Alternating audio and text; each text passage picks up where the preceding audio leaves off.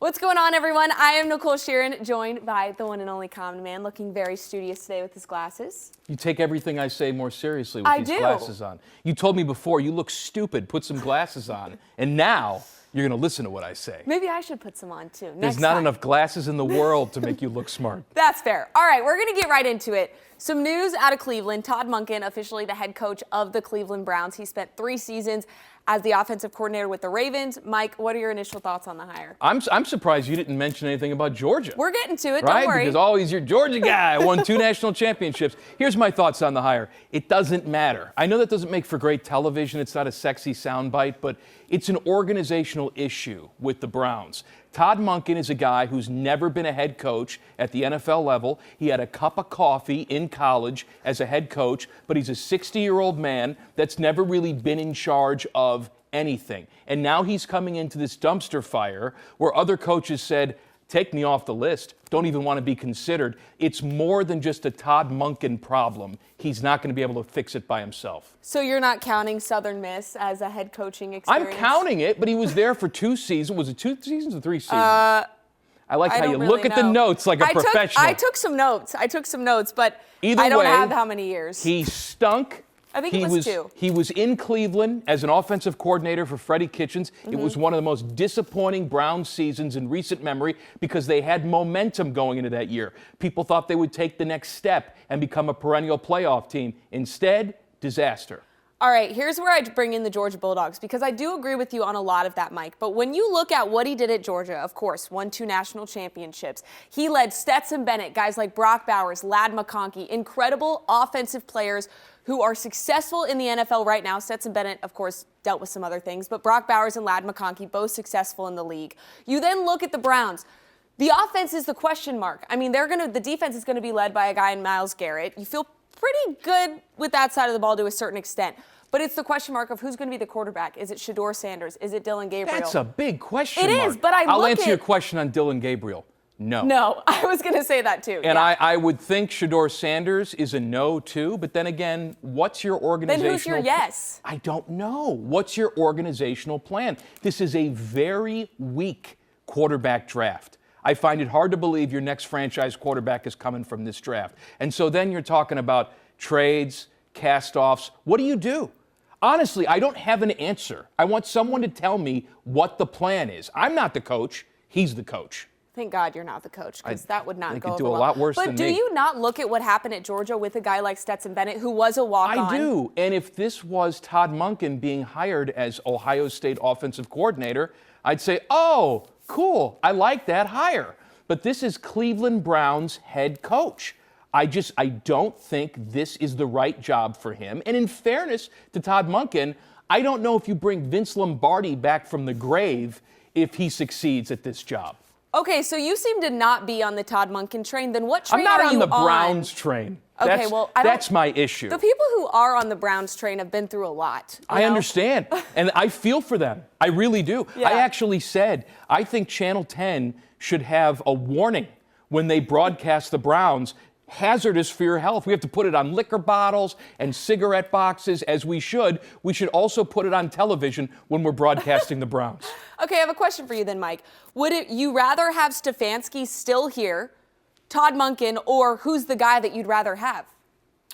I'd rather have a comet hit First Energy That's not a good answer. Stadium. No, I don't know. That's the thing is it's such a problem. It's not an easy fix. I can't sit here and say, well, if they just run the ball a little bit better, that'll fix their problems. That's not the answer. They kept the same general manager in place. They have the same ownership in place.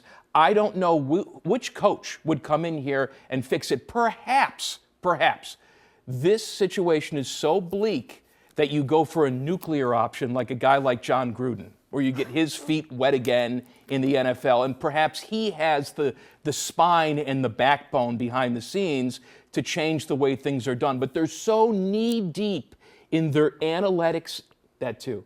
You can edit this out, right? Analytics BS. I don't think they know what's up from down at this point. I will say I do love John Gruden's energy. I would be cool with that, to be honest. But I think that's where I maybe disagree with you, is I'm not so against this Todd Monken hire. Like, I understand. If he wasn't at Georgia, would you feel the same way? No, I would. I don't believe you. But listen, I look at while he was at Georgia because I lived through that, right? Like, I, of course, went to the University of Georgia. I wasn't at school when he was there, but I very much followed the team. He was very successful there. And I get college is different than the NFL, but I look at the kind of guys that he shaped on that Georgia football roster offensively, and it gives me a lot of hope. That's all I have to say. Well, you know what? Your point of view sounds better than mine. Let's go with that. Well, you don't agree with that. And let's. They also had some like OVI arrests at Georgia too. Okay, well, during his time I didn't there, think we would get into that. Okay. Maybe take the car keys away from him.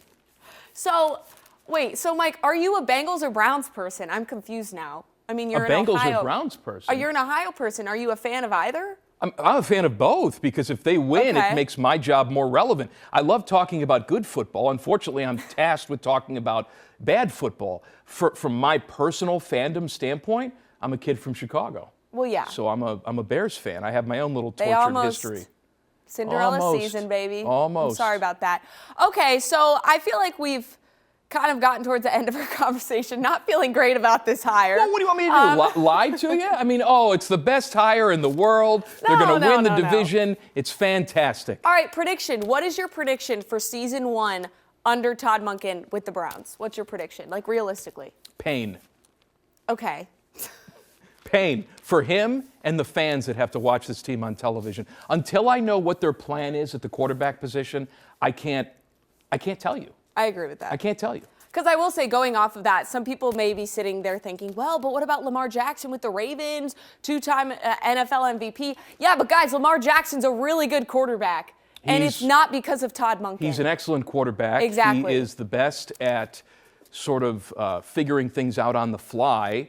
And if Lamar Jackson comes in this deal, then I'm excited about Todd Monken. But he doesn't, right? He doesn't. It's not a package deal in that regard. All right. Yeah, no, listen, the Browns have a lot to figure out. They got to figure out who the quarterback's going to be. If you were standing here right now, who do you think it is?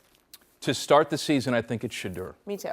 And I don't think he'll make it through the season as a starting quarterback, but I think that's the safest bet for right now. Yeah, no, I agree.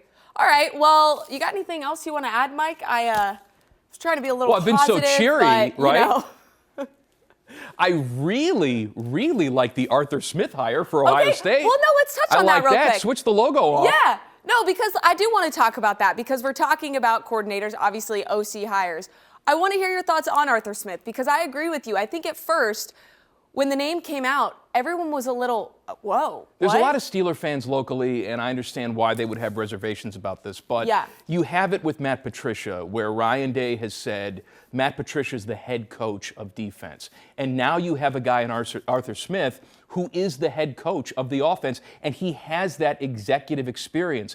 Matt Patricia's been a head coach in the NFL. Arthur Smith has been a head coach in the NFL. And that frees up Ryan Day to manage the entire team. My biggest fear is they would promote from within and Ryan Day would become the de facto offensive coordinator. He is a better head coach when he focuses on the entire team and not just the offense. I completely agree. And I am all for coordinator hires in college coming from the league. I mean, you look at a guy like Matt Patricia, you look at a guy like Chip Kelly, then they come in and get Arthur Smith. And I will say one thing, I love how Arthur Smith is a run-heavy offense guy. Me too. This offense specifically needs some toughness to it. Also, if we're in a position where we're replacing our offensive coordinator every single year, that means your team's been successful. Yes. I hope this team is so successful, Arthur Smith goes on to the NFL and gets a head coaching job after this, because probably you've won the national championship. Well, and that's what I was going to say. Look at teams like Alabama, Georgia. What happened to their coaching staff after they won the Natty?